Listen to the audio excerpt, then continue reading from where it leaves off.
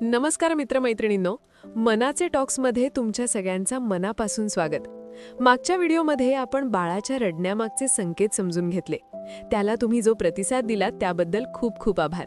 आज आपण एका अशा विषयावर बोलणार आहोत जो प्रत्येक आई-बाबांच्या जिव्हाळ्याचा आहे, तो म्हणजे बाळाची मालिश.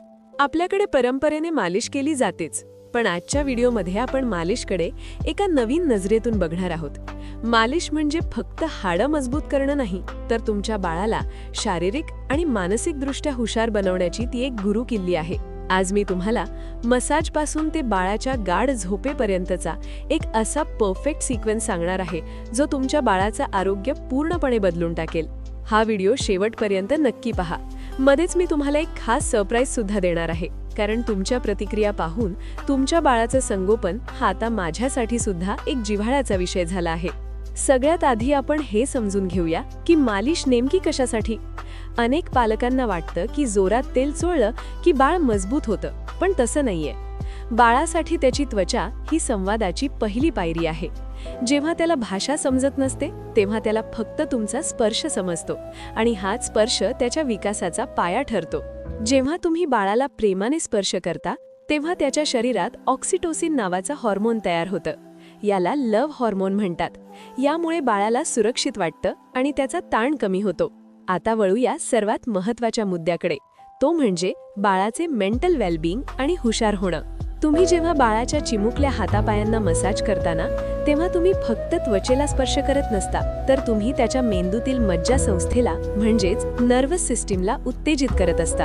विज्ञानाने हे सिद्ध केलं आहे की ज्या बाळांना नियमित आणि योग्य पद्धतीने मसाज मिळतो त्यांचा IQ म्हणजेच बुद्ध्यांक इतरांपेक्षा कितीतरी पटीने चांगला असू शकतो. कारण मसाजमुळे मेंदूला होणारा रक्तपुरवठा वेगाने वाढतो आणि बाळाची एकाग्रता वाढते. त्यामुळे मालिश करताना केवळ शांत बसू नका, तर बाळाशी मनसोक्त गप्पा मारा. त्याला सुंदर गाणी म्हणून दाखवा, जेणेकरून तुमच्या स्पर्शासोबतच तुमच्या आवाजातूनही त्याचा बौद्धिक विकास वेगाने होईल. आता आपण प्रत्यक्ष मालिश कशी करावी ते पाहूया. सगळ्यात आधी वातावरण शांत ठेवा. खोलीत जास्त वारा नसावा. तेल लावताना ते थोडं कोमट असू द्या. सुरुवात नेहमी बाळाच्या पायांपासून करा. पायाच्या तळव्यांपासून वरच्या दिशेने हलक्या हाताने मसाज करा. त्यानंतर पोटावर मसाज करताना खूप सावध राहा. पोटावर नेहमी घड्याळाच्या काट्याप्रमाणे म्हणजेच क्लॉकवाईज हात फिरवा. यामुळे बाळाला गॅसचा किंवा पोटदुखीचा त्रास होत नाही. छातीवर मसाज करताना हृदयाच्या दिशेने बाहेरच्या बाजूला हात फिरवा. आणि हो, बाळाच्या पाठीची मालिश करायला विसरू नका. पाठीच्या कण्याला दिलेली मालिश बाळाला रांगण्यासाठी आणि बसण्यासाठी लवकर तयार करते. मालिश करताना बाळाच्या नजरेत प्रेमाने बघा. त्याला सांगा की तुम्ही त्याच्यावर किती प्रेम करता. हा स्पर्श तुमच्या दोघांमधलं नातं आयुष्यभरासाठी घट्ट करतो. मालिश झाल्यानंतर किमान 10 ते 15 मिनिटे बाळाला तसंच राहू द्या, जेणेकरून ते तेल त्याच्या नाजूक त्वचेत नीट मुरेल. ही वेळ बाळासाठी आणि तुमच्यासाठी खूप महत्त्वाची असते. त्यानंतर वेळ येते ती म्हणजे आंघोळीची. आंघोळीचं पाणी हे कोमट असावं. लक्षात ठेवा, जास्त गरम नाही आणि जास्त गारही नाही. अगदी तुमच्या हाताच्या कोपऱ्याला सोसेल इतपतच कोमट. आंघोळ घालताना बाळाच्या मानेवर, कानामागे आणि सांध्यांच्या ठिकाणी नीट स्वच्छता करा, कारण या छोट्या छोट्या जागांकडे आपलं दुर्लक्ष होतं, जिथे ओलावा साचून बाळाला रॅशेस येऊ शकतात. आंघोळ घालणे ही सुद्धा एक थेरपी आहे. पाण्याचा स्पर्श बाळाला रिलॅक्स करतो. आंघोळ घालत असताना बाळाशी बोलणं चालू ठेवा. आता आपण हात धुऊया, आता आपण डोकं धुऊया, असे छोटे छोटे संवाद बाळाच्या शब्दसंग्रहात भर पाडतात. आंघोळ झाल्यानंतर बाळाला मऊ टॉवेलने हलक्या हाताने टिपून घ्या. त्याला घासू नका. आंघोळ झाल्यानंतर बाळाच्या इवल्याशा शरीराची ऊर्जा खर्च झालेली असते. त्याला खूप भूक लागलेली असते. या टप्प्यावर बाळाला फीडिंग म्हणजेच दूध पाजणं अत्यंत आवश्यक आहे. जेव्हा बाळ फ्रेश असतं आणि पोटभर दूध पिताना तेव्हा त्याच्या चेहऱ्यावर तुम्हाला एक वेगळ्याच प्रकारची तृप्तता मिळते. दूध पाजताना सुद्धा आई आणि बाळाचा स्किन टू स्किन कॉन्टॅक्ट होणं खूप गरजेचं आहे. यामुळे बाळाला एक प्रकारची सुरक्षितता आणि शांतता लाभते. जणू त्याला सांगत आहात की बाळा, मी तुझ्यासोबत आहे.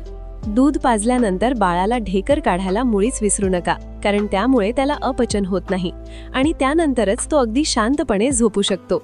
आता येतो सर्वात शेवटचा आणि सर्वात सुखद टप्पा, तो म्हणजे झोप. मसाज, आंघोळ आणि दूध या तिन्ही गोष्टी नंतर बाळ पूर्णपणे रिलॅक्स झालेलं असतं. अशा वेळी त्याला गाढ झोप लागणं खूप सोपं जातं. पण आजच्या या धावपळीच्या जगात आणि घराबाहेरच्या गोंधळामुळे बाळ कधीकधी दचकून उठतं. त्याची ही शांतता भंग पावते. अशा वेळी सूदिंग म्युझिक जादूचं काम करतात. हलकं संगीत किंवा निसर्गाचे मधुर आवाज बाळाच्या मेंदूला पूर्णपणे शांत करतात आणि त्याला एका सुंदर अशा डीप स्लीपमध्ये घेऊन जातात. इथेच मला तुम्हाला एक महत्त्वाची गोष्ट सांगायची आहे. तुमच्या या प्रवासात मदत करण्यासाठी मी आपल्या या चॅनलवर लवकरच खास बेबी स्लीप म्युझिकचे व्हिडिओज घेऊन येत आहे. हे संगीत खास बाळांच्या मेंदूला रिलॅक्स करण्यासाठी डिझाईन केलेलं असेल. त्यामुळे ते व्हिडिओ पाहण्यासाठी चॅनलला आत्ताच सबस्क्राईब करून ठेवा. तर मित्रमैत्रिणींनो, हा होता मसाजपासून झोपेपर्यंतचा संपूर्ण प्रवास. लक्षात ठेवा, प्रत्येक बाळ हे वेगळं असतं. सुरुवातीला कदाचित तुमच्या बाळाला मसाज आवडणार नाही, तो रडेल. पण पालकांनो, धीर सोडू नका. हळूहळू त्याला या स्पर्शाची सवय होईल आणि मग असा एक दिवस येईल जेव्हा तो स्वतःहून या वेळेची, तुमच्या या प्रेमळ स्पर्शाची वाट पाहे. आज तुम्ही घेतलेली ही छोटीशी मेहनत बाळाच्या भविष्यातील शारीरिक आणि मानसिक आरोग्याचा भक्कम पाया आहे. तुम्ही तुमच्या बाळाची मालिश कशी करता, कोणतं तेल वापरता किंवा तुम्हाला काही अडचणी येतात का, हे मला कमेंटमध्ये नक्की सांगा. तुमच्या कमेंट्स वाचायला मला खूप आवडेल. व्हिडिओ आवडला असेल तर लाईक करा आणि आपल्या या चॅनलचा भाग होण्यासाठी सबस्क्राईब करा. नवीन आईबाबांना हा व्हिडिओ शेअर करायला अजिबात विसरू नका, कारण आपली एक छोटीशी मदत कोणाच्या तरी पालकत्वाचा प्रवास सुसह्य करू शकते. भेटूया पुढच्या एका अशाच माहितीपूर्ण व्हिडिओमध्ये. तोपर्यंत तुमची आणि तुमच्या छोट्या बाळाची काळजी घ्या. Happy parenting. आणि हो, आपल्या या प्रवासात आपण एकटे नाही आहोत. तुमच्यासारख्याच हजारो जागरूक पालकांशी जोडल्या जाण्यासाठी आणि रोजच्या जगण्यातल्या छोट्या छोट्या टिप्स मिळवण्यासाठी आजच आपल्या मनाचे टॉक्सच्या व्हॉट्सअप कम्युनिटीमध्ये सामील व्हा. या ग्रुपमध्ये जॉईन होण्यासाठीची लिंक खाली डिस्क्रिप्शन बॉक्समध्ये दिलेली आहे. चला तर मग तिथे तुमची वाट पाहत आहे. भेटूया कम्युनिटीमध्ये. See the soft cotton. And look, the silk is so smooth. Now tap the little wooden elephant.